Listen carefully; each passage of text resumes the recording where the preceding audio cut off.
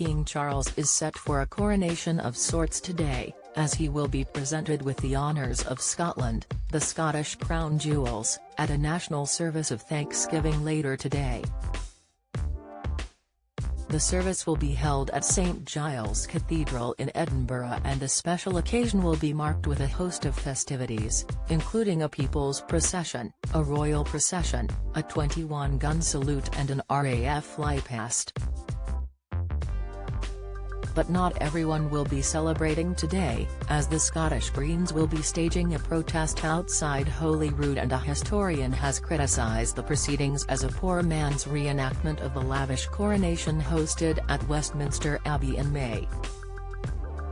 Especially as the event has been significantly pared back, likely to keep criticism at bay of hosting another large-scale event during cost-of-living pressures. All the details of King Charles II's coronation in Scotland. What are the honours of Scotland?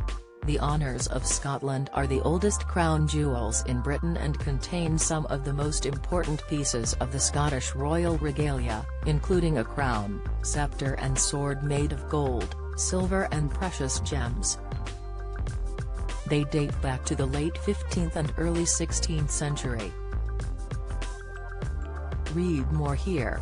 Queen Elizabeth II held her Scottish coronation on June 24, 1953, and tens of thousands of people packed the streets of Edinburgh to send their well wishes to the newly crowned monarch. For the royal procession, she travelled in an open landau carriage drawn by 4 Windsor Greys and wore striking ceremonial robes. But today's event will be scaled back. The king will travel in a much shorter procession route and has ditched the carriage, instead opting to travel in the enclosed state Bentley. Professor Anne Whitelock, director of the Centre for the Study of Modern Monarchy, has described the event as a reduced, imitation coronation. She told the BBC, "It is a poor man's reenactment, where no one actually gets to wear the crown. You're kind of shadowboxing with the past."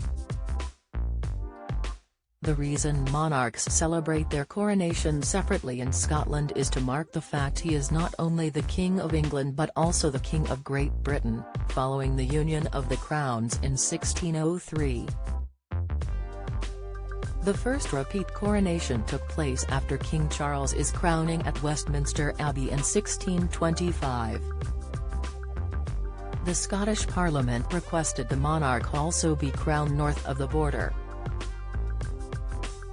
The king took his time, however, with the second coronation taking place in 1633 at Holyrood. The tradition was paused after the coronation of King George IV in 1822 until Queen Elizabeth II resumed it in 1953.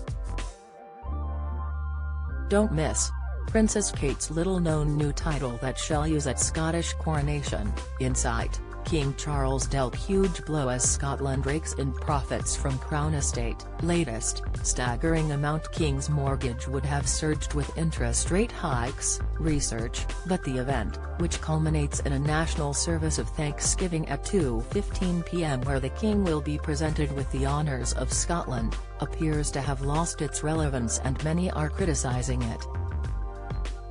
The co-leaders of the Scottish Greens have said they will not be attending the service, and Patrick Harvey said he will instead speak at a rally outside Holyrood organised by the anti-monarchy group Our Republic.